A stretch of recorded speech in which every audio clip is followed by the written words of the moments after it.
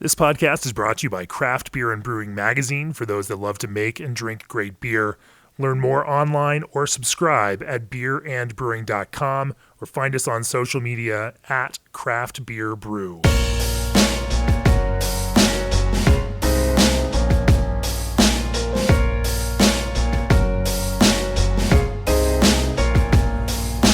Welcome to the Craft Beer and Brewing Podcast. I'm your host, co-founder, and editorial director of Craft Beer and Brewing Magazine, Jamie Bogner. I'm here in Chicago this week with a major player in the Chicago brewing scene, Revolution. And my guests on the podcast today are Jim Cibak and Marty Scott. Jim is the brewmaster for Revolution, and Marty is the barrel wrangler, barrel operations lead, or something like that, but handles the barrel aging program for Revolution. Welcome to the podcast, guys. Thank you for having us. Hello, everybody. Hey, what's up, everyone? So we're going to talk about everything from their extensive barrel aging projects to with a beer that was just coming off of the canning line on a production run for the first time today. Hazy Hero. This Revolution kind of makes that move into canned and larger scale production around hazy beers. I think we've got a lot of interesting things to talk about on the brewing side. But first, as the brewing industry's premier choice for glycol chilling, G&D Chillers has set the standard on quality, service, reliability, and dedication to their customers' craft. Thinking outside the box, whether it's a simple relocation of the utility connections for a complex buildup or ground-level design and engineering, G&D is ready to meet the challenge. Contact G&D Chillers today at 1-800-555-0973 or reach out online at gdchillers.com. Mention this podcast and receive up to $1,000 worth of glycol with the purchase of any new G&D chiller. Also, stay connected to the heart of craft beer and the revolutionary tastemakers behind every can and bottle. Download the free Tavour app to get highly rated independent craft beer delivered right to your door. Recent featured beers include Within Us from Anchorage, Stargate Nectarine from Black Project, King Sue from Toppling Goliath, Ninja vs. Unicorn from Pipe Works right here in Chicago, and Bière de Paix from Side Project. How do they know? That is one of my favorite beers in the entire world, Bière de Paix. Get $10 in beer money today with code BREWING. All right, Jim, Marty, thanks for having me here at the Revolution Kedzie Brewery. Folks out there can't see it, but there's a wall of barrels towering over us on my right, and it's a beautiful, beautiful site stacked 6 tall out here in the tap room, filled in. It's produced a beautiful aroma that we get to enjoy as we sip on some Revolution pills. Can't wait to talk to you about the way that you guys are brewing beer.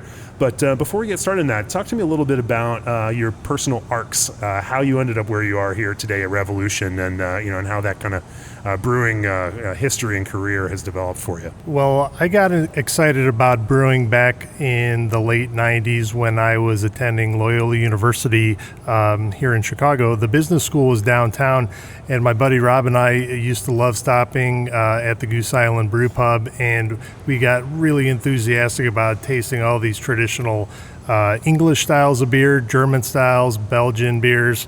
We would stop on our way back. We lived in Rogers Park, so we'd redline it and get off at North Avenue and stop over at the original brew pub there on Clybourne and destroy some pitchers of beer.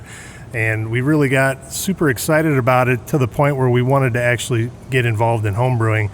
And Greg Hall, who was brewing there at the time, was always very gracious and helpful with his suggestions for brewing, and his enthusiasm for beer really got us excited, and he was always helpful with any ideas we had, or he gave us some pointers along the way. So that was really what kind of got us super enthusiastic about not only beer styles but craft brewing in general. And when I graduated in '93, I attended Siebel Institute here in Chicago in '95. And the funny thing was, back then, the craft brewing industry was nowhere near in the heyday as it is now. And one of the things, when I spoke with Chris Bird, who was the registrar there, they were almost kind of suggesting that you don't try to get involved in craft brewing. They're like, Sure. Are you sure you want to do this? It's a lot of work.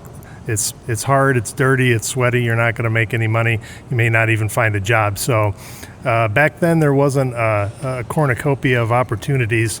So they were kind of trying to I don't want to say dissuade you, but they were just kind of giving you some brutal reality about getting started in the industry. But when I went to Cibak, I did the 2-week course, the short course, and I did the 1-week operations course, and didn't have any money at all at the time. And just finishing business school, I tried to convince my mom and dad. I said, so they're like, "What are you going to do?"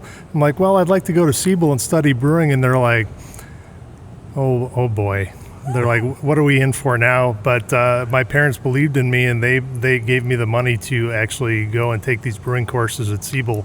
And when I was at the Cibak Institute, I met Nick Floyd, who was brewing at the Wine Cellar at the time in Berwyn and Westmont, Illinois. And they were looking for an assistant brewer over there. So it just happened to be in the right place in the right time, which tends to happen in this industry. Sure. So I started working there, worked with Nick. He was training me in brewing and cellaring and filtration at both locations, one in Westmont and one in Berwyn. We had a really good time. We liked to drink a lot of beers together, and he was telling me about his plans of starting Three Floyds, and I'm like, "Wow, that sounds awesome." He's like, where are you going to do that, man?" He's like, "Hammond." I'm like, "Indiana?" Because I lived in Calumet City at the time, and the thought of a craft brewery brewing super hoppy West Coast style beers in Hammond, Indiana was about as foreign of a concept as you could ever dream of at that point. But he was super adamant about it, and he eventually left to start working on his plans and get his first brewery started in Hammond, Indiana on Calumet Avenue, a little north of where they are now. And there was the opportunity for me to go work at Goose Island's production facility. They were just opening up that brewery on Fulton Street. Yeah. And I stopped in and talked with Greg and kind of talked with him a little bit. He remembered me from the pub.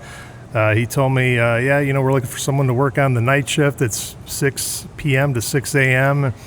And I was like, wow, that's pretty wild working, overnight. It was a foreign concept for me, but I was super excited about getting started. So I took the job, and there was no interview, anything. He was brewing, and he's just he looked at my resume and talked to me. He's like, "Why don't you come in tomorrow and get started?" So I worked at Goose Island for 5 years. Worked there from '95 until 2000, and then in 2000, that's when Three Floyds was moving their brewery to Munster in the location they're at now. So Nick said, he's like, "Hey, man," he's like, "I'm finally ready. If you want to come on board, we're ready to take you on."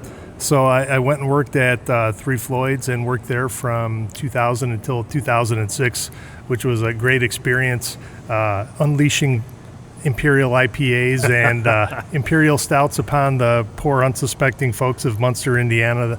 I don't know if everyone was ready for it at the time. I remember the first time we brewed Dreadnought Imperial IPA, there was an older gentleman that was in the brewery, and I poured one for him in our little concession stand tasting room, and he tasted the beer, and he's like, he's like, "You guys sell this?"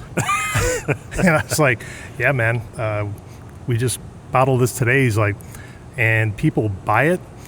He kind of thought we were collectively insane and thought we were maybe trying to poison him with super hoppy 9% Imperial IPA. It's quaint how how retro some of those now taste. You go back to them like, "Oh, right, we thought that was crazy at one point, and now here we are today."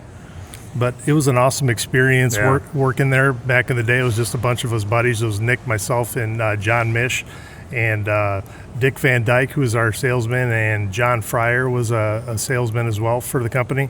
And it was just us banging it out, and with the help of all our good friends and local supporters in Munster, Indiana, they helped us out. And got the brewery on its really kind of helped it get to the point where it is now. And that's why they still have a super rabid following, and it's really kind of built on the local cornerstones between Chicago and Indiana. Sure. And then you went out to the West Coast after that, right? I did. Matt Brynolson and I were good friends. Him, myself, and Josh Deeth worked together at the Fulton Brewery for Goose Island in the late 90s. And he went out to California, and I was kind of getting the itch to go and check out a new part of the country. So he's like, "Why don't you come out and work here and check out the Central Coast?" drink some wine, drink some beers, we'll brew some beers, and came out there and worked out at Firestone for 2 years with Matt and the crew out there. It was an amazing experience. Sure. Such passionate people. And then you came back this direction. I came back. My dad was having some health issues at the time, so I came back to be closer to family and talked with some gentlemen, some business partners, and got started with Crown Brewing Company. We kind of got that off of its feet. Really nice spot to work. And one day, Josh, who was an old friend of mine, he loved riding his bike, so we came riding through, and he had the plans and drawings for Revolution Brew Pub with him, and he was telling me about what he wanted to do.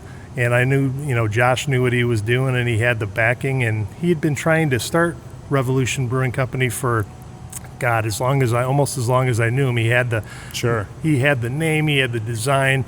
He was cobbling together equipment in his basement, much to his wife's chagrin. Sure. I mean, I remember 20 years ago going in his basement. He's like, I found this heat exchanger. I'm trying to get together. He just had these little pieces of equipment he was cobbling together, and it just took him He was in the right time, the right people, found the right building. Just seemed like everything finally came together at that point with that building on Milwaukee. And that's when we started working on the construction of the pub and actually getting the brew system together. He found it was a 15-barrel system from a brewery that went out of business in Michigan. And forgive me, I don't remember the name of the company. But so we cobbled together this really it's definitely not going to win a beauty contest. But we knew that we could put it together and we could make some really tasty beers on it, because after all, it's not how she looks. It's what you can do with it. So, and we knew we just needed to get started and start cranking some beer out and selling. It's fun to see how those intersections and those connections that you've made at various points in your career have come back, whether it's working with Matt at Goose Island and then out at Firestone Walker, or Josh coming back around into this brewery now.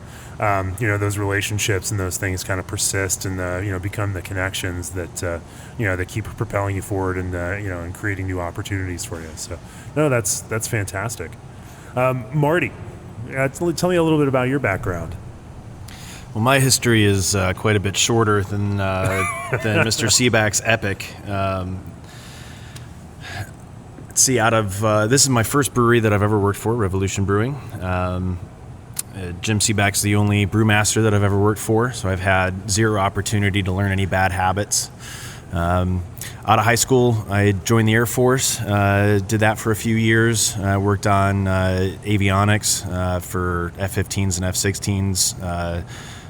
Got out, went to school, studied psychology, and then got a job working in Libertyville for a fantastic nonprofit organization.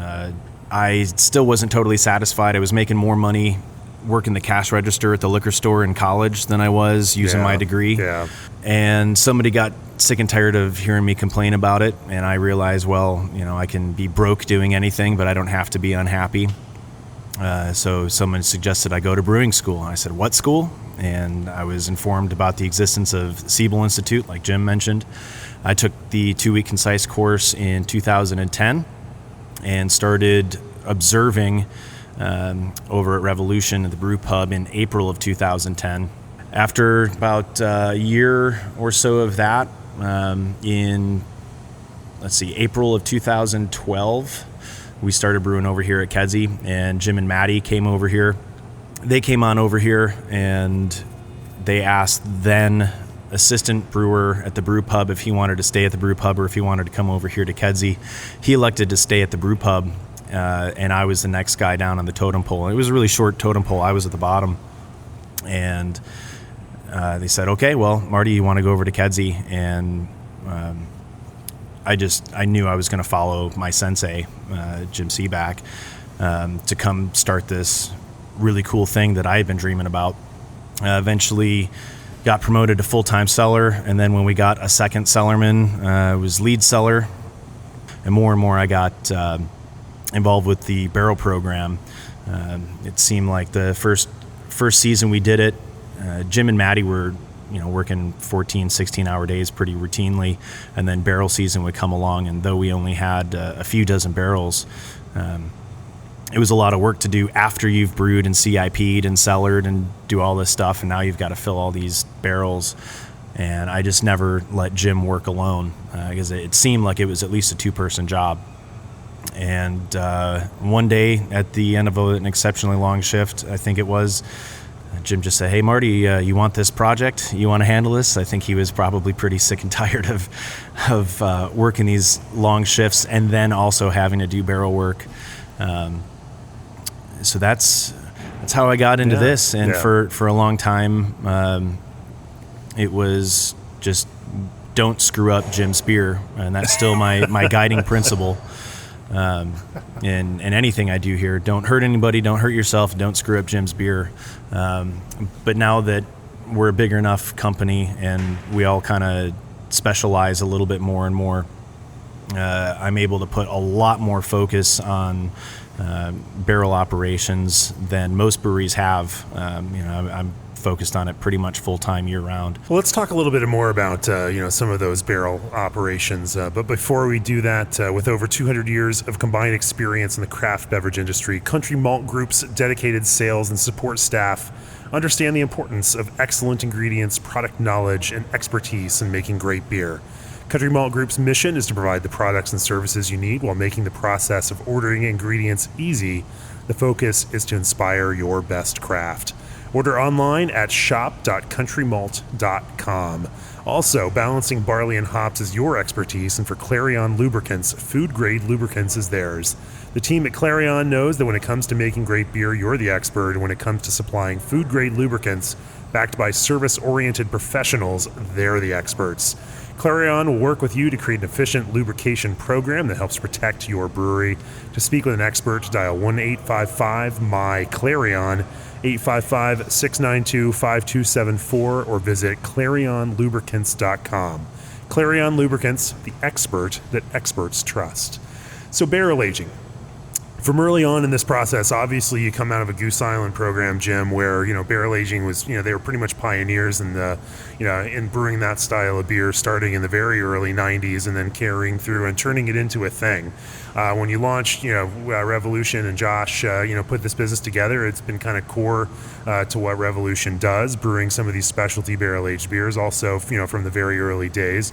And so you all got to kind of, help co-pioneer in the early 2010s or 2010s, this kind of style of beer, producing it in a way that's more accessible to, larger numbers of people, not just a small-scale kind of barrel program, but, a fairly large barrel program. That's producing a significant volume and has its own interesting challenges as a result of the scale of that kind of program. Talk to me a little bit about the idea behind it, how you've honed in on specific styles, and and some of the ways that this barrel program over those years has kind of grown and developed. We've been pretty focused from the beginning. When we started brewing at the brew pub, we knew we wanted to start sinking some beer. Strong, like Imperial Stout, Imperial Porter, Imperial Brown Ales, Imperial Rye Ales. We knew that those styles are just absolutely perfect for aging in bourbon and spirit barrels. In the beginning, it was very hard for us because we were cranking through so much beer at the brew pub. It was hard for us to give the beer the proper time that we wanted it to sit in the barrel. I almost feel that sometimes if a beer is in a barrel for too short of a period of time, it almost tastes like a Boilermaker, where it's a strong beer where someone dropped a shot of bourbon or whiskey in there. I really feel that you need the time to have that beer integrate with the wood and pull out all those wonderful flavors and aromas. And we were having a hard time. More so than just the alcohol itself and that kind of impact. Absolutely. I felt that in the beginning, some of our beers that we released at the brew pub, it was the case with most of our strong beers. We didn't have the time to really let them chill out and really kind of mellow and age the way we wanted to in the barrel. What were your aging times back then? Back then, it was I think at the first beer we had in a barrel, I think it was maybe 3 months. And My goal is always, and we had talked about it, we always wanted to say, we want to be in the barrel for a minimum of a year. And our dream was always to, when we finally got here to Kedzie and started brewing on a larger scale, was to be able to brew beers ahead of time and give beer extended aging with the barrel, and give us the ability to start approaching our program like winemakers do, where you have different components, different beer in different barrels, different times. Just give us flexibility. Even beers that are drier, sweeter, blending together to achieve a certain finished product that we want. But in the beginning, we didn't have the ability to do that, so our beers were a little barrel-aged beers were a little rough and raw around the edges. But I know Marty shares the same opinion as I do, that finally now, with the power of Brewhouse number 2, where we could generate enough beer to put in barrels, do we actually have a stockpile of beers and components of different beers with different finishing gravities, where we have the ability to approach these beers and really refine and design the finished product, rather than just putting a beer in a barrel and say, okay, it's ready to go now. We have the ability now to look at the finishing gravities of these beers, the time in the barrel, the barrels themselves, and really create something that we're super proud and pleased with, and really design what we want, rather than just putting beer in a barrel and taking it out of the barrel. Sure. So you started with this 15-barrel pub system over at the Milwaukee Pub, and then you move here to a production facility on Kedzie, and you put in a 50-barrel brew house and think, oh gosh, this is it. We're never going to need more than this, for a giant production facility. And then production continued to grow, and then you put in a 150-barrel system on top of that, which is the brew house that you were just talking about, on the strength of some kind of core brands, like the Anti-Hero IPA that have, of course, taken off in the upper Midwest here. But that kind of production and and now you're brewing over 80,000 barrels of beer per year. So a pretty significant production as a pretty large regional brewery in this area. Yet you still, despite the success and the kind of challenge that brewing these large volumes of large beers, or of more accessible beers for a larger number of people, you still stayed focused on keeping this kind of specialty program with barrel aging going here. How have you kind of been able to take some of the resources that come with that additional scale, and invested in some of these labors of love and more specialty projects? Utilizing the power of Brewhouse number 2 and our GEA Millstar, and the lauter tun is so nice and wide, it allows us to approach these high gravity beers that we're brewing with these large mashes with challenging malts such as flaked oats, all the dark malts that we use, roasted barley, chocolate malt, flaked grains. When we brew our Rye Way to Heaven, we're 60% plus total rye malt in the mash, and that's a significant challenge running that beer off. But having the Brewhouse number 2 and the big lauter tun and the GEA Millstar has allowed us to really become more efficient and to be able to brew larger volumes of these high gravity beers. And the challenge has been for us to try to fit them into our schedule when we have really nice, happy, healthy yeast. As any of you brewers out there know, that you're trying to brew a beer that's 28 or 30 Plato, you better have some happy, healthy yeast in there, or you're going to have a very sad, tiny bubbles coming out of your blow-off bucket. You want a raging fermentation, and you need to make sure you have the proper amount of yeast, and it better be happy and healthy, because when you throw it into 30 Plato, where it's going to be pretty shocked, and you better make sure you're ready to go and you have a good plan for it. Well, and yeast propagation for you all has changed significantly. Obviously, at this kind of scale, you now propagate with tanks that are the size of some other breweries, brew systems and fermenters. What is that key to when you're using yeast here? Number one, are there specific varieties that you found that work? Or are you using a house yeast that you're just propping up with a stronger pitch for these bigger kinds of beers? And are there any kind of processes around adding nutrients or other kinds of aids and assistance to kind of help those yeast survive in this pretty dangerous high alcohol, high gravity environment? Yes, that's a fantastic question. Our workhorse house ale yeast here is the 1968, the Y yeast, the Special London Ale. We use it here. We're very we brew a lot of IPAs here and American Pale Ales at Revolution Brewing Company, and one of the reasons I chose that yeast strain is because I became familiar with it brewing at Three Floyds, and I knew that it produces some really nice malty flavors. It doesn't attenuate super far, and it's great for brewing hoppy pale ales, whether it's English pale ales or American pale ales or IPAs, and you can count on that yeast dropping out so you can harvest it and get a good pitch on subsequent beers down the line. So it's been a great yeast, and we've used that in our high gravity brewing as well. The trick is just making sure in our schedule that we have enough tanks being brewed that week so we could divert some fresh yeast for other fermentations, and then we designate some that we are going to be basically sending out to pasture, because once it goes into that high gravity fermentation, it's rode hard and put away wet, and that's the end of its life cycle for sure. Yeah. Is there any kind of goal for pitch rates in order to kind of do that, compared to your normal hoppy beers? I like this. We're getting down and dirty and specific, baby. Hey, we got brewers. They want to know. They're curious. I like it. Normally our pitch rate on most of our, I would say mid-range 15 to 16 Plato IPAs or pale ales, we're 1 million cells per mil. Okay. What we have learned is when we're pitching our big tanks in the back, our 800-barrel tanks, say with 800 barrels of Anti-Hero, it takes us 6 turns of brewhouse number 2 to fill one of the big guys in the back. And we were pitching that at 1 million cells per mil. And I was consulting with my good buds at Firestone, Jim Crooks in particular, and he was telling me that they went through the same kind of issues with trying to really learn how to pitch these tanks properly. The whole time you're filling this tank, it's taken us about 22 hours to pitch this tank, or to brew into this tank and completely fill it with 6 turns. So we learned that instead of pitching 1 million cells per mil, we were getting down as far as pitching 500,000 cells per mil, because we're doing 6 turns or brewing 6 turns into this tank, and then we are oxygenating the first 3 turns. So we're getting growth on all 3 of those first turns, and then the 3 subsequent turns come in.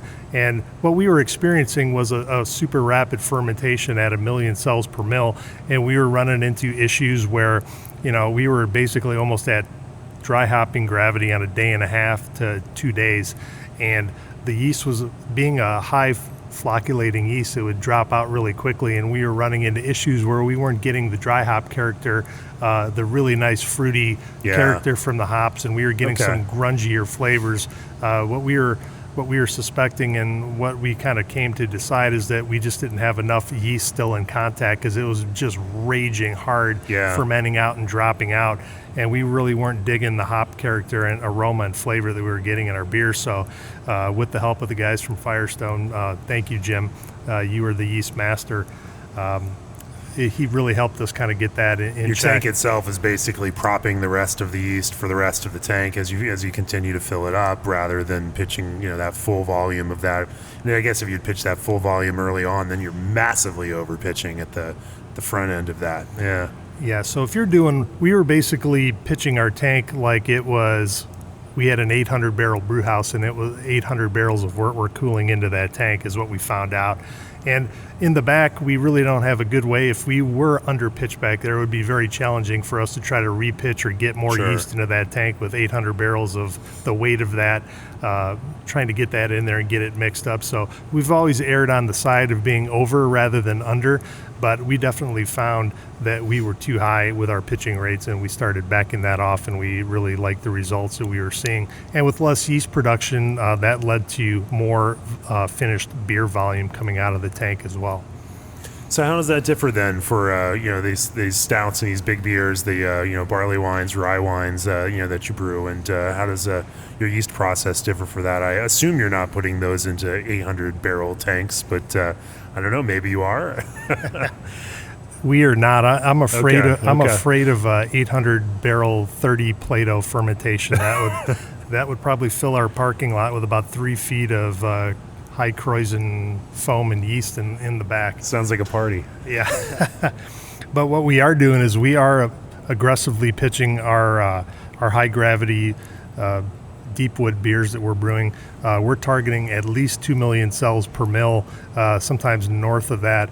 We don't want to play around in there. We know that high sugar concentration, usually if it's a darker beer too, like a stout, it's a little lower wort pH, so it's kind of a pretty rough environment to throw some happy, healthy yeast into. So we have to make sure when we brew these beers, we're heavily oxygenating the wort as well on every coolin. We're like 12 liters per minute of oxygen.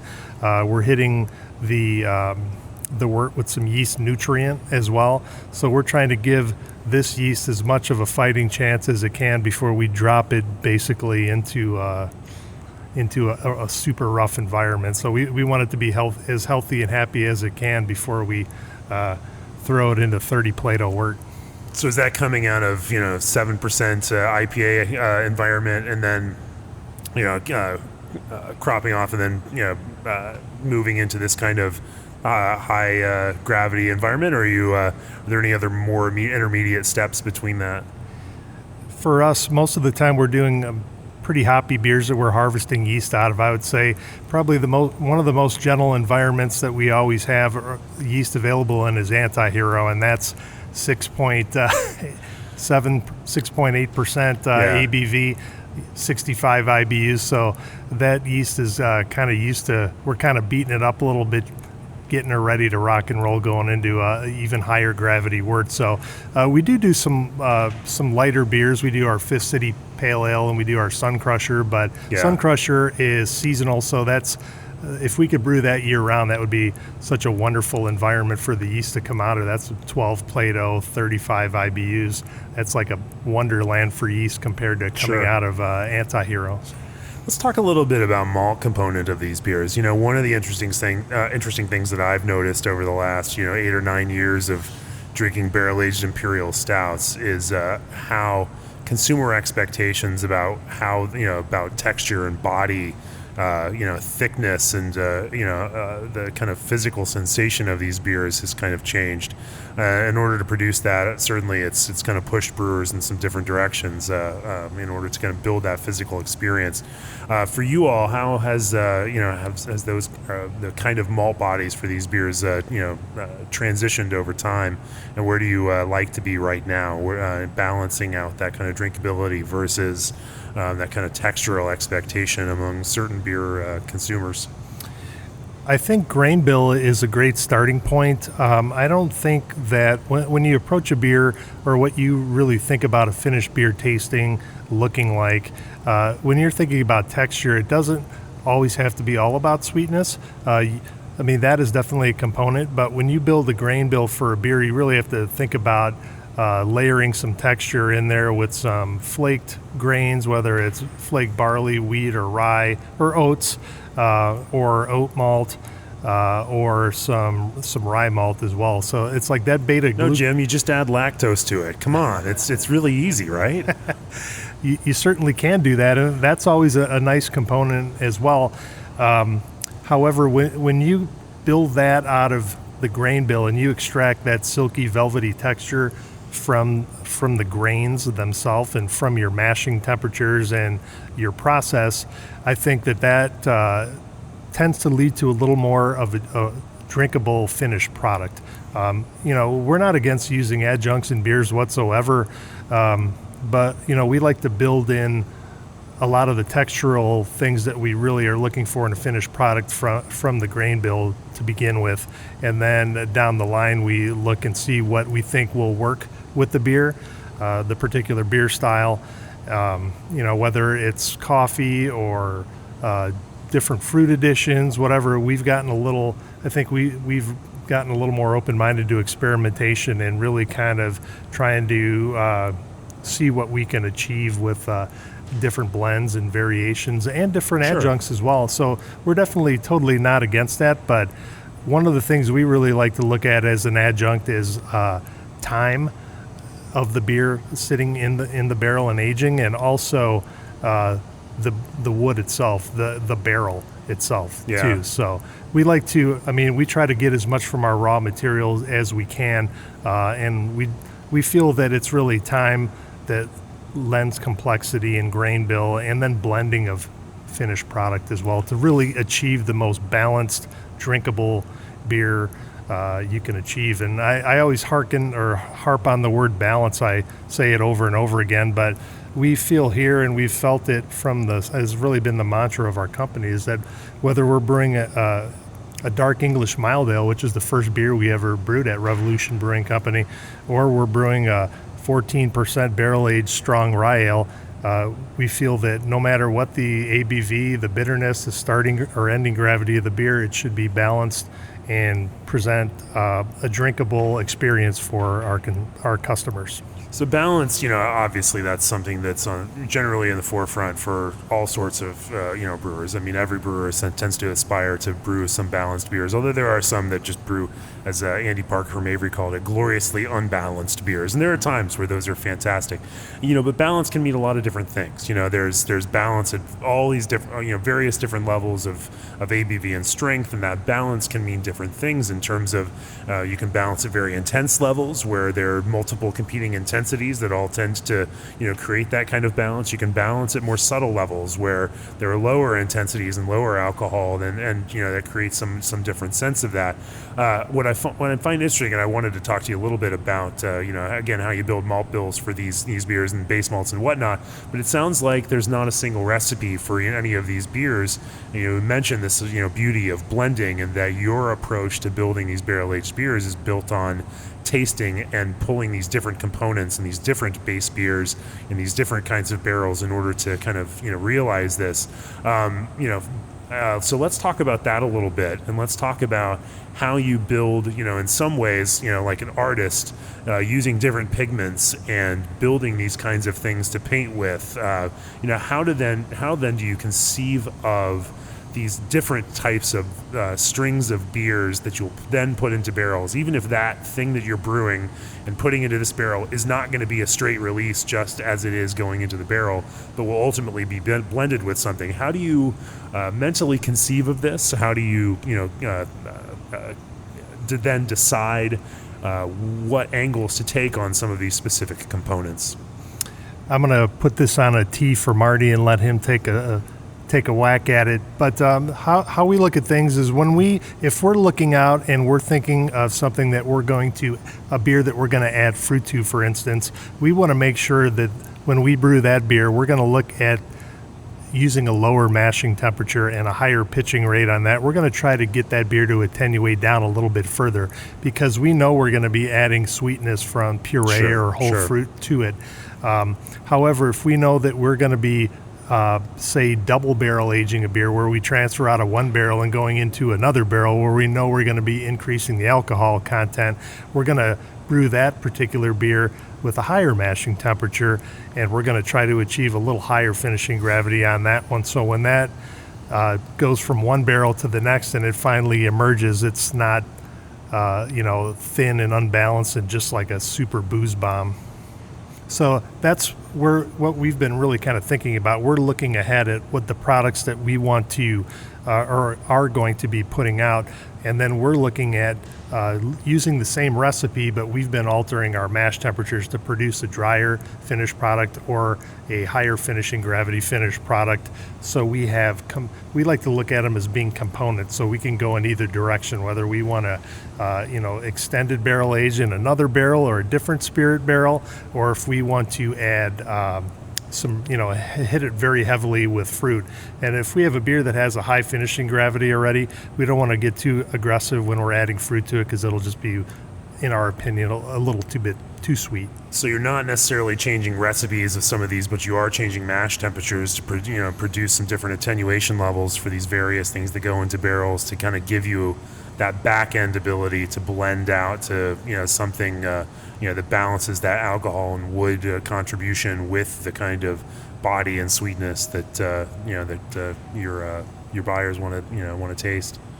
Absolutely. And That's interesting, yeah. Marty's really been focusing on this, and he actually has some metrics that he's been working on, which has been super impressive to me, because he's kind of actually like putting some numbers and values to what we've been explaining to people, and like what we're talking about here. It's hard to actually put a value upon that and have a target for this particular beer if we're adding sweetness to it, or if we're going to be, extending barrel aging it in a different barrel. So sure, this is the hardest thing, whenever I have conversations with brewers, to talk about. How do you articulate in some sort of language or math, the sensory impacts of these things, and come up with, some way of consistently executing on these kinds of things. So talk to me a little bit about that, Marty. Your kind of mathematical process for thinking about how to balance some of these items.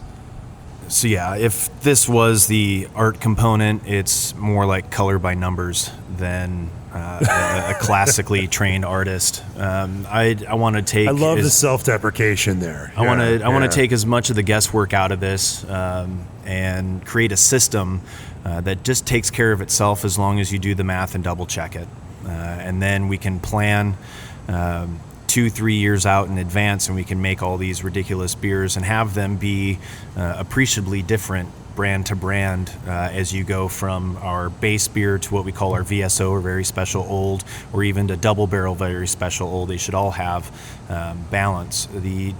The program over and so very, very special old, this is a barley wine? It is a category. We can do very special old anything barrel aged, provided it meets a couple of criterion, and we'll get into that in a moment. So the heart and soul of the improvements that we've made and that we hopefully are making in our little world of barrel aging has been three-pronged. First was quality.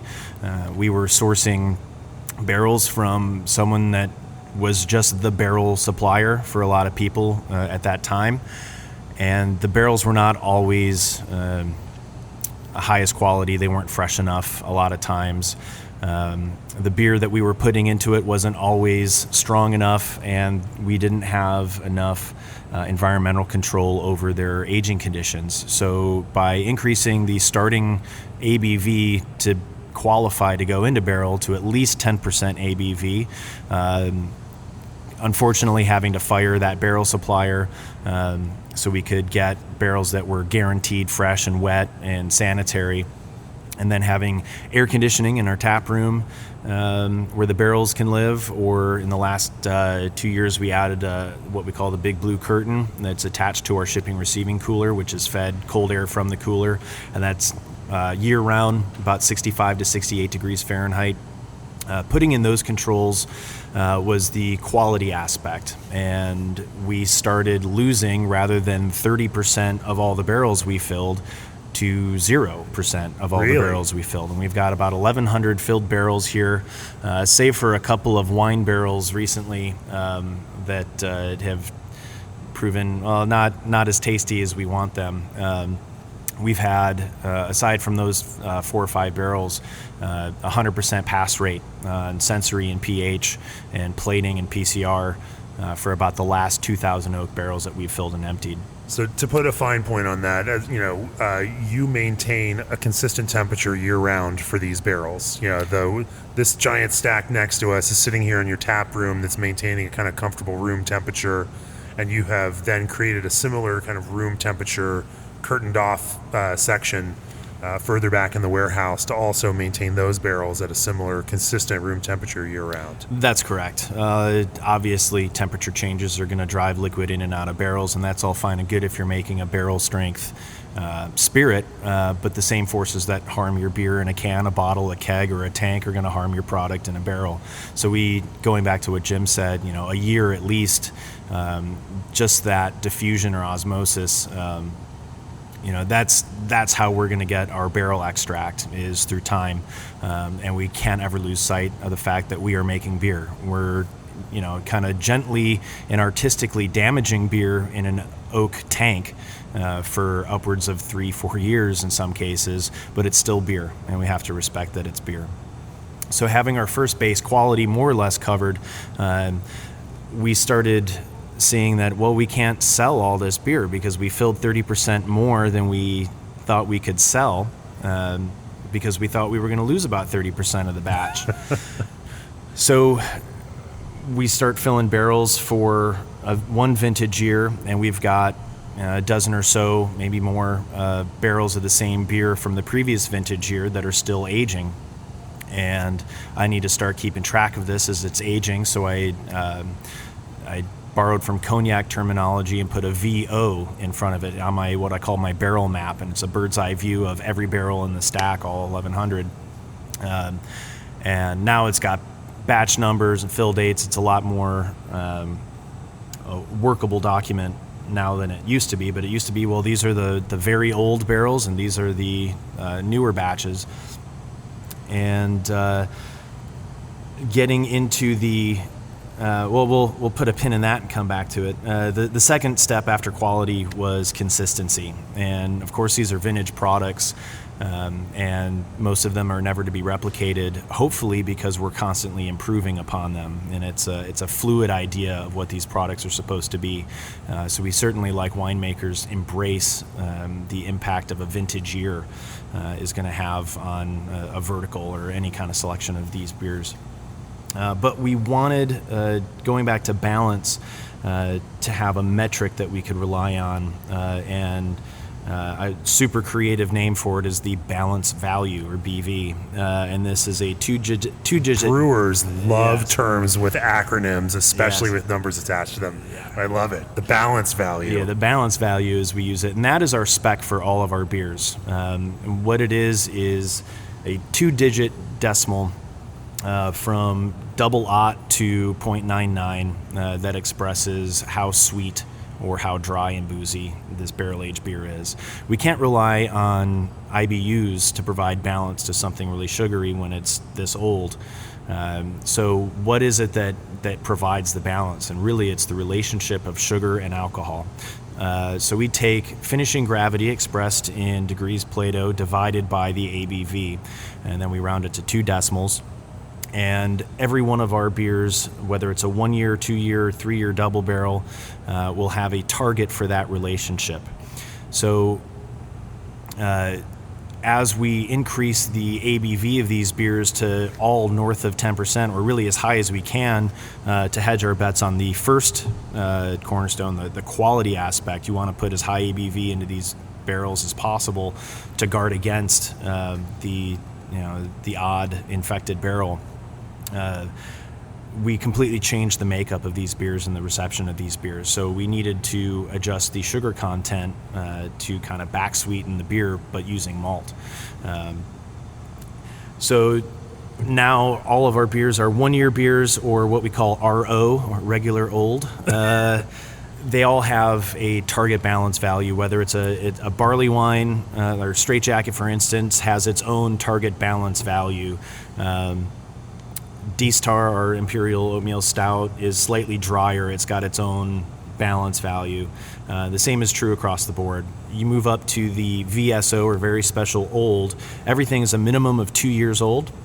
And to further differentiate it, to kind of balance the increase oak, we increase the target balance value. So typically it's about 0.1 higher than the RO version of the beer, the 1-year version of the beer. Certain exceptions are as aggressive as 0.2 higher balance value. And that is a good segue into... So you're you're making sure that those barrels that are targeted for that extra aging are getting, that higher, finishing gravity beer loaded into them, in order to kind of maintain that idea of balance value down in the future. Exactly. So we've got to mash in every batch, knowing if it's going to be sweet or dry. I mean that's the same as any beer, but we look at the amount of beer that we need to sell over the next 2 years, or that we want to sell or want to manufacture, and we make a certain amount of dry and a certain amount of sweet. And that 1 year will get a little bit more dry than the sweet. The 2-year will get a little bit more sweet than the dry. And then if we're going to go above and beyond that and do like a double barrel VSO, we want it to have the same balance value, the same drinkability as the VSO. So that relationship doesn't change. But what does change is, because we are going to, like Jim alluded to, we're going to have a much higher ABV. That has to have the same percentage higher in finishing gravity. so that the association or relationship between alcohol and sugar is still the same. Right, because that additional year produced more evaporation or loss out of that barrel, which will increase the ABV, which means it's got to be even bigger going into it. Among other things. What else factors into that? That brings us into the third tier. We had quality, we have consistency, and then finally we're getting to complexity. This is as close to art as we're going to come, and there's a metric for that too. So what we noticed the first time we ever produced VSOJ, it was a result of having this extra beer that we couldn't and dose. This is very special old straight jacket? Correct. Okay. That's the barley wine, right? That is, yes, Okay. that is the 2 and 3 year blend of sweet barley wines. The first year it was produced, there was an issue in mash temperature, and the beer finished way high out of spec for sugar. And we started blending it into regular old straight jacket, and while that was a banner year for regular old straight jacket, we had all this super sweet, what we thought at the time was pretty undrinkable on its own barley wine, so we couldn't use it all right away. And we had a component of this that went into its third year. And then when we started tasting these 3-year-old super sweet barley wine barrels, we noticed that there was something nearly magical happening. It was, obviously something in science was happening, and we just couldn't articulate it, but we knew that something different was happening.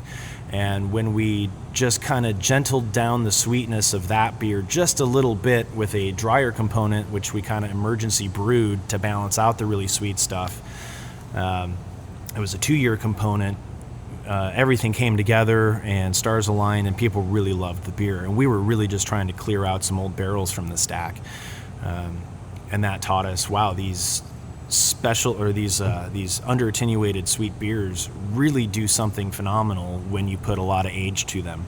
So you're saying that kind of residual sweetness somehow improves extraction from a barrel, or helps pull some of those flavors or characters or complexity out of it? What we think is happening is it's the malt sugars themselves that are oxidizing. Okay. The more sugar you have there and the more oxygen you have, the more oxidative malt compounds that you're likely to have. And this is conjecture. This is just what what we've seen in the past. But we've brewed this VSOJ a number of times, or I should say, we've blended VSOJ a number of times now. And it works across pretty much every style that we've tried so far. So getting back into producing base beers or components of disparate finishing gravities, we try to overproduce our sweet components because we know we can't use them really quickly, and that allows them to mature even longer than our drier components. And the longer these super sweet beers go, the more depth of malt complexity that we're seeing in return from them. So you can actually use a little bit of very old sweet stuff and a whole lot of younger, drier stuff, and the average age of the sugar molecules therein will be higher than if you just brewed that batch, aged it for 1 year at that blended finishing gravity.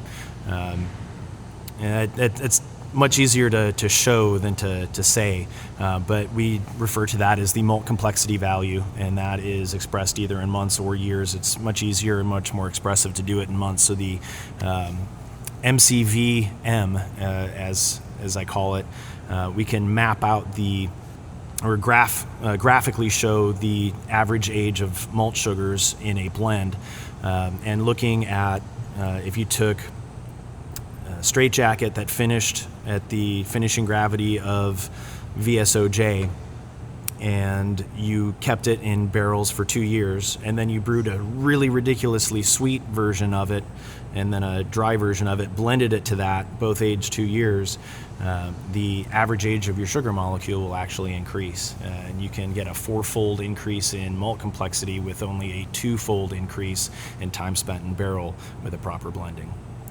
That's really fascinating. From a sensory perspective, like, what do you when you taste that kind of oxidative impact, how would you describe it? It's a deeper and more complete aging than what you get from anything that you pull out of a barrel. Obviously, you're going to get more oak, but the caramel notes that pop, that's not in the fresh beer. the Maillard. You're doing a low temperature Maillard oxidation, and it's like super bread crust. It's almost like the flavor of bread crust ran, a quarter of an inch deep into your white bread, as opposed to just like the outer 1/16 of an inch, what have you. You also get that super creme brulee character, I think, as well from that, from the oxidation of the higher finishing gravity beer just aging in the barrel. It's as Marty alluded to, it's such a wonderful blending component to add complexity. And as we have all these barrels and with extended aging and different finishing gravities, it allows us to really approach this, as Marty said, put a metric on it and really create and design a beer rather than just having it go into a barrel and then emptying it every year. So it's almost fascinating, though. I mean, if you look at the history of beer, there actually is a corollary for this kind of blend of multi-year beers. If you look at Goose, in that blend of 1, 2, and 3-year-old lambic, you're applying that similar kind of logic, that smaller amounts of older beer blended with larger amounts of younger beer can be developed in order to produce it. Obviously, yours is not wild and spontaneous and funky. You're talking about clean barrel-aged beers, but it's it's kind of an interesting, almost parallel to that kind of style of blending of pulling these multiple aged beers and using smaller amounts of older along with larger amounts of younger. And so you're right. It's not necessarily out of nowhere. There really is almost a beer history defense of this. I think one of the other things that we've always, one of our approaches with the barrel age program is, kind of old teachings and the old school method and mindset for brewing barley wines and imperial stouts of the English style was to always hit them with like really heavy amounts of hop bitterness. And, it was always looked at as a preservative agent, and, over time it's going to mellow and that bitterness will chill out. But we've always approached it as targeting lower IBUs in our barrel-aged beers, and we're really looking at brewing these beers with a little higher ABV to help preserve the beer in the barrel. One of the things I really feel, just from my perspective of tasting barrel-aged beers and beers that we've made in the past, is that it doesn't take a very high IBU level to really kind of derail the balance and the texture of the beer, because that bitterness, when you couple it with a higher alcohol content, could definitely make for a little bit of unbalance in the finished product, So we've always kind of targeted lower IBUs in our beers, and we're looking, what would you say, Marty? We're like in that 30 IBU range for our beer that is coming out of barrels. I always remember reading about imperial stouts, and they're talking about, targeting 80, 90 finished IBUs in there. And I've always kind of felt that it's just a softer finished product if you're not dealing with the high ABV and then the high bitterness level as well. So we want the ability to extended age our beer and have people enjoy it as well. But we want people to be able to drink it, crack open a can that day too, and not have to age it for 5 years to let the IBUs chill out and smooth out. And like you said, you're producing complexity, with some other malt oxidation characteristics. Are there, some specific malts that you really enjoy the way that they, in particular, create some of those oxidative flavors more so than other malts? When we've brewed our high gravity beers in the Deepwood series, we've never got really deeply, like when we brew the Straight Jacket, it's a very simple malt bill. It's primarily pale ale malt. There's a tiny bit of caramelized malt and just a tiny bit of Special B in there. It's primarily base malt. When we run that work to the brew kettle, I mean, it's an orange color. It's very high gravity. I mean, when when we're done boiling, we boil for long boils. Yeah, we boil for 30 minutes, and that's where we're interested in picking up our color and caramelizing those sugars in the brew kettle rather than just adding a bunch of different specialty malts. Because when you have too many specialty malts, I once again I feel that you kind of hamper your attenuation of that beer, and you produce something that's a little too sweet from the beginning. I personally believe that by boiling those malt sugars and really caramelizing them, that's where you really develop these super intense and complex sugar characteristics in the finished beer. And once it comes out of the barrel, that's where you start getting that like crispy creme brulee type character of like burnt sugar, caramelized sugar. And No, you just said 30 minutes, but that can't be right. 3 hours, okay. Oh, 3 hours, excuse me. No, that's okay. If you could get that flavor out of a 30-minute boil, then every brewer wants that secret right away. Yeah, no, we're a minimum of 3 hours on all our high gravity beers, Straight Jacket, D-Star, Rye Way to Heaven. We love caramelizing those sugars and really developing that flavor, aroma, and that color as well. And when Straight Jacket is done boiling after 3 hours, I mean, it's almost like a garnet red color. So, I mean, we've caramelized a lot of sugars and really created some intensity and flavor and aroma as well. Yeah. We're getting towards the end here, but before we check out, I would love to talk to you a little bit and completely shift gears and talk a little about Hazy Hero. This is a big step for you all. At Revolution, you're known for anti-hero. You're known for brash, bold, hoppy, kind of West Coast style IPAs. With a strong attitude. And now you're taking this move into producing 6-packs of shelf-stable hazy IPA that are hops forward, also with that kind of soft bitterness approach. Talk to me a little bit, Jim, about how you have developed this idea for what a hazy IPA means when it comes from Revolution. And then, as we go through the conversation, I'd love to talk a little bit about how you've dialed in some of your processes in order to kind of produce something that's going to be consistent. I think brewing hazy IPAs, I think, was a little challenging for the brew team, especially the cellar team, to wrap their minds around. They pride themselves upon clarifying our beers, no matter what the gravity is, the hopping rates. They love seeing clear beers come out of the brewery. So we didn't really jump into the arena of brewing hazy IPAs right off the bat. We wanted to kind of circle our wagons and do some research. Glenn Allen, who's our brewery manager, and John P., or Jumpy as he's known, who's our head brewer at the brew pub, were at the forefront of designing and experimentation with our hazy brewing here at Revolution at our brew pub on Milwaukee Avenue. They experimented with different yeast strains, different grain bills, different hopping rates, different times of adding the hops. So that's really where we did all our trialing over there. And once they had proof of concept of a plan for a yeast strain, the hops, the hopping rates, the times we're going to be adding the hops, the quantities of hops, and the grain bill, then we felt comfortable to bring it over to Kedzie over here for a trial batch. So one of the things we were looking at, and we just wanted to make a beer, as I said, getting back to talking about balance, we always wanted to make something that we were very happy about. We wanted to make sure it was a stable haze.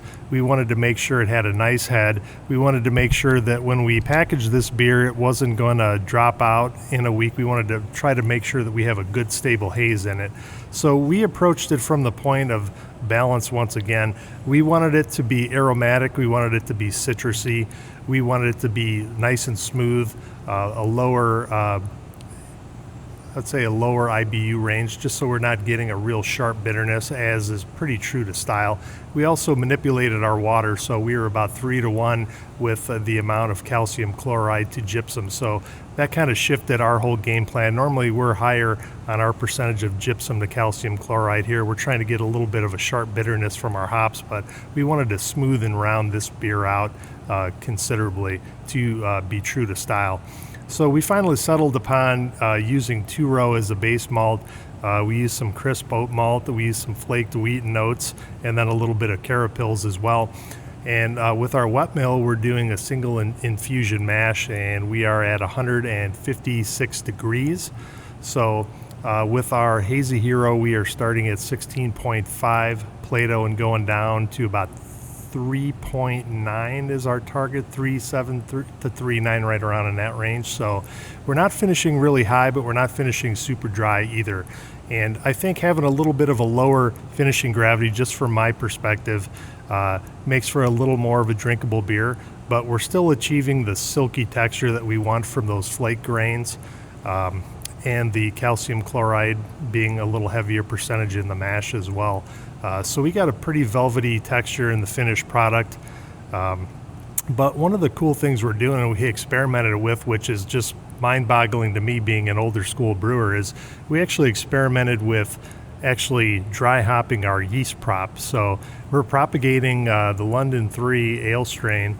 And what we're doing is we're actually, right before we pump wort into the fermentation tank, we're dry hopping the yeast prop. And I can't believe I'm actually saying this, but we actually dry hop with hop pellets, the yeast prop, which is insane.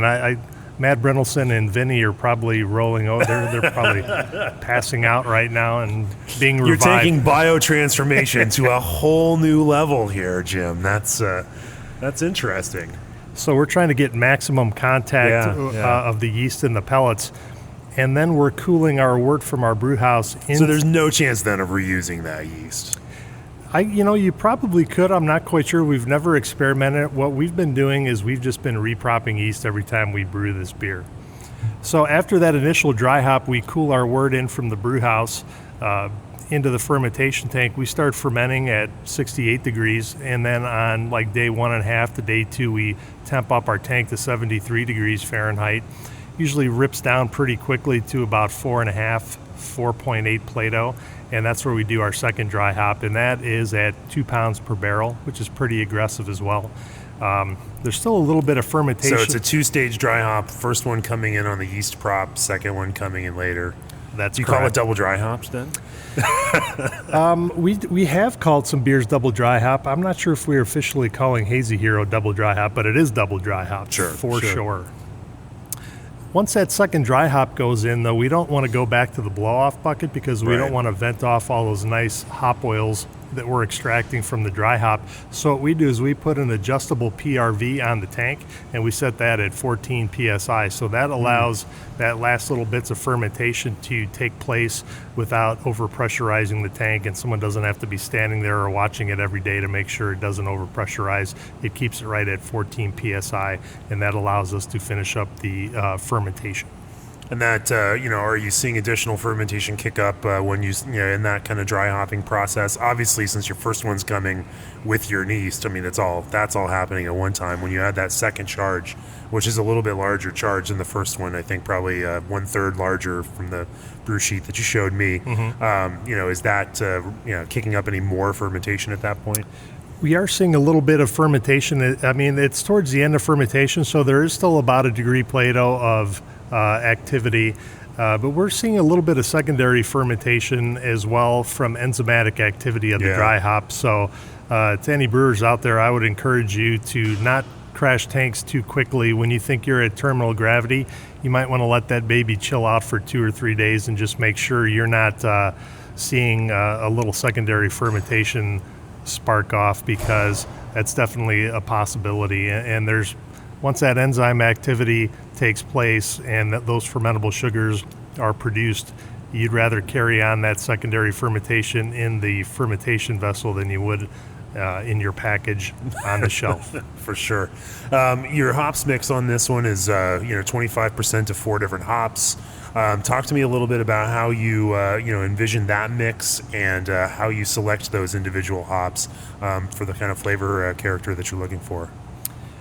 One of the cool things is I feel as brewers we're all fighting over the next newest hop variety, but I think using some classic hops at the right time and in conditions with yeast, you could pull out some of these really cool tropical passion fruit flavors that everyone's dying to get, and you're pulling them out of hops that you have readily available at $8-9 a pound rather than $40 a pound on the spot market. So that's a really cool thing. And I don't know if anyone's really performed the experiment. We've talked about wanting to take some high Kreuzen beer and just drop a little bit of every particular hop pellet that we have and just see exactly what it does. We haven't quite gotten to that point yet, but I think you could pull out some pretty awesome flavor and aroma from some hops that you really wouldn't think or not necessarily on the tip of your tongue. Obviously, I've talked about this before, but I love some of these new hops mixes that we're seeing with some classic and noble hops mixed in with some kind of new school hops.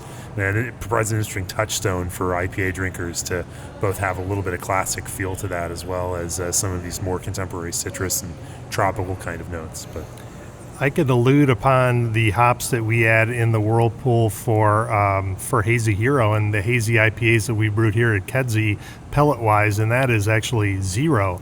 So we've added, there's 0 hops in the brew kettle while we're boiling. We boil with a little bit of firm cap S just to keep foaming down. And when we're adding, or when we would go to add a whirlpool addition of hops, all we're adding is some CO2 bittering extract once the whirlpool is about halfway full. So we're trying to extract our bitterness from this addition, but what we're trying to do is not create a giant true pile. As any brewer out there is looking to try to maximize the amount of wort that goes to the fermenter and then subsequently the amount of finished beer you get, we've found that we'd rather add our hopping and try to extract all these cool aromas and flavors from the hops in the fermentation tank, and take our loss there rather than take the loss in the brew house. We feel that any hop contribution is going to be more impactful there than it's going to be in the whirlpool, and you're also going to take loss there as well. But on the flip side, you're also centrifuging all of this before it goes, out to package, in order to kind of, mitigate some of that loss in the process. I think that's one of the best things we could do as brewers, if you have the ability, is to give these beers the hazy beers, the amount of proper time to sit cold. Or for us, we're actually centrifuging ours, as Jamie alluded to. We're trying to not clarify by any means. We're just trying to separate, quite honestly. We're trying to separate hop material, any yeast that might have settled out. We're just trying to put as pure of a hazy product into the bright tank and then the can with a stable haze as we can. One of the things we're trying to avoid is having a lot of hop particulate in there. We don't want to give any chance for any hop creep or secondary fermentation, or just more actual plant matter or yeast to sit and die in a can, or hop matter to oxidize. Well, I can't wait to grab a few cans of Hazy Hero before I head out of here and hopefully get to taste some of your very special old barrel-aged beers. But Jim Cibak and Marty Scott, thank you for joining me here at Revolution Brewing on the podcast. It was an honor. It was great to have you here, and glad you can enjoy a few Rev Pills with us. For sure. Yeah, privilege. Thank you so much. So if people want to learn more about Revolution Brewing, where do they find you guys? The website is revbrew.com for the company website. We're on Instagram, Facebook, and Twitter at RevBrewChicago. And my personal Twitter handle is at RevBarrels. At RevBarrels. I got to follow you, Marty. Before we head out of here, G&D Chillers sets the standard on quality, service, and reliability. Stay connected to the heart of craft beer with Tavour. Country Malt Group's expertise helps you make better beer, and Clarion Lubricants is the expert that experts trust. If you've enjoyed this conversation, we hope you'll subscribe to Craft Beer and Brewing Magazine. We ran an article, actually, a couple issues ago with Marty talking about some of the barrel aging processes, so you can get a little different little perspective on some of what they're doing, as well as staying on touch with what some of today's best professional brewers are doing and how that can impact your own brewing. Think of it as like a Patreon, where we actually just send you a magazine every 2 weeks or 2 months. As a thank you for that, and you still get to listen to this podcast for free. So thank you to our sponsors that make it possible. Thank you to guests like Jim and Marty, who've now spent an hour and 20 minutes talking to me on the podcast. But cheers, guys.